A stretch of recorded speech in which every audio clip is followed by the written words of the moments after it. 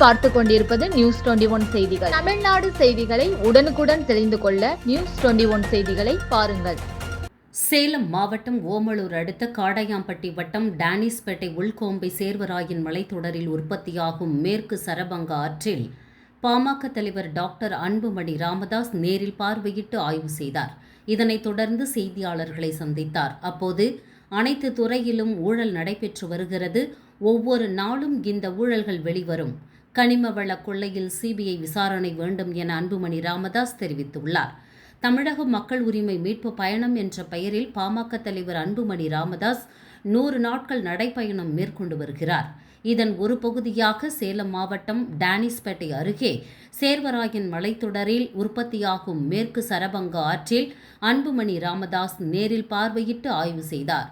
காடையாம்பட்டி, பன்னப்பட்டி, பல்பாக்கி, ஓமலூர் வழியாக செல்லும் சரபங்கா நதியால் சுமார் 20,000 ஏக்கர் பாசனம் செய்யக்கூடிய நிலையில் டானிஸ்பேட்டை பகுதியில் சரபங்கா நதியின் குறுக்கே தடுப்பணை கட்ட வலியுறுத்தி ஆய்வு மேற்கொண்டார்.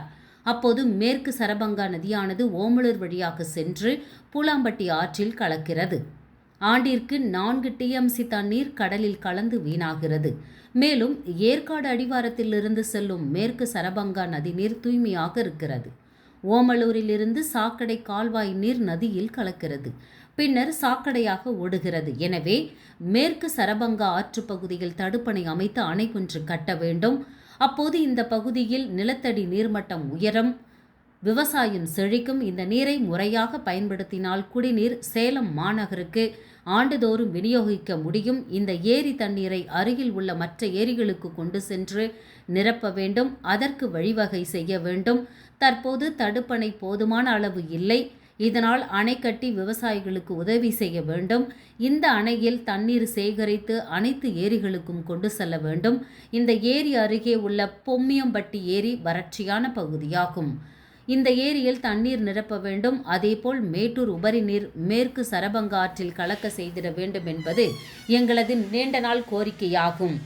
இதற்காக ரூபாய் 3,000 கோடி திட்ட செலவாகும். ஆனால் கடந்த அதிமுக ஆட்சி காலத்தில் 564 கோடி நிதியை ஒதுக்கி 100 ஏரிகளுக்கு தண்ணீர் கொண்டு செல்லும் திட்டம் கொண்டு வரப்பட்டது. நியூஸ் 21 செய்திகளுக்காக செய்தியாளர் சித்தையன்.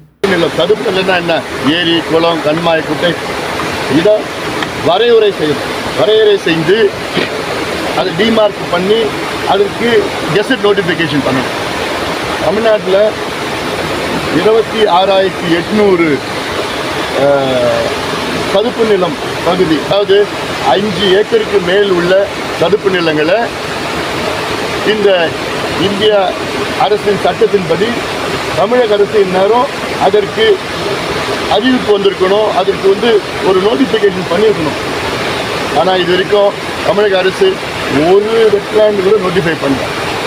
26,800 வெட்லேண்ட்ஸ் இருக்குது, 5 ஏக்கருக்கு மேலே இருக்குது. ஆனால் தமிழக அரசு அந்த சட்டம் விதிகள் 2017 வந்துருக்கு. இன்னைக்கு வரைக்கும் ஒரு வெட்லேண்ட் கூட நோட்டிஃபை பண்ணல. இன்றைக்கும் உச்சநீதிமன்றம் கடந்த ஆண்டு டிசம்பர் மாதம் ஒரு தீர்ப்பு வழங்கியது. அந்த தீர்ப்பின்படி இந்தியாவில் உள்ள அனைத்து மாநிலங்கள் தமிழ்நாடு உட்பட 3 மாதத்திற்குள் வரையறை செய்து அந்த தீர்ப்பு வந்தோம். தமிழ்நாடு அரசு ஒன்றுக்கு கூட பண்ணலை.